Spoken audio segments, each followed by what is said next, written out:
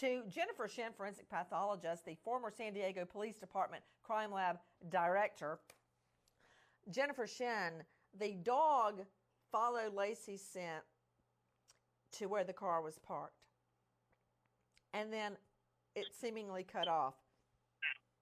The dog followed a scent all the way to the San Francisco Bay, from the home all the way to the bay. What do you make of it, Jennifer Shen?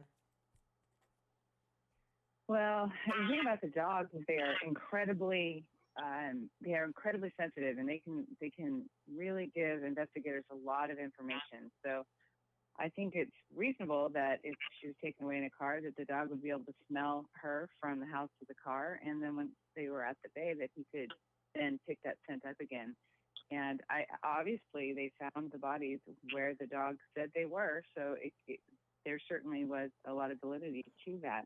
Dogs are used for this sort of thing all the time, and they're very, very successful. But they are dogs, and you know there are certainly, it isn't 100%, obviously, and there's some talk about the fact that they aren't as scientifically valid as you might want them to be. But in this case, I think the dog did a very good job. Jennifer Shen, could you explain the forensic evidence we know of in the case and how the bodies had decayed so differently at the time of their discovery?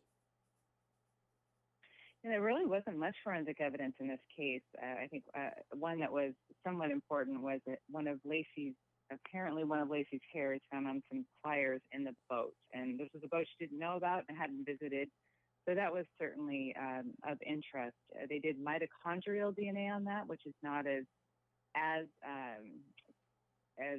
good as a nuclear DNA, but still was a good piece of evidence. The bodies, the decay Wait, of are you Laci, saying that it was Laci's hair in the pliers based on mitochondrial DNA? That is what the mitochondrial DNA showed, and yes. isn't it true that mitochondrial DNA is used every single day? It is based on the lineage of the mother, correct? That is correct. Go ahead, so please. It's not quite as accurate. It's not quite as accurate as identifying the DNA in the hair to her specifically. Right, where you have the father and the mother. The decomposition of the bodies.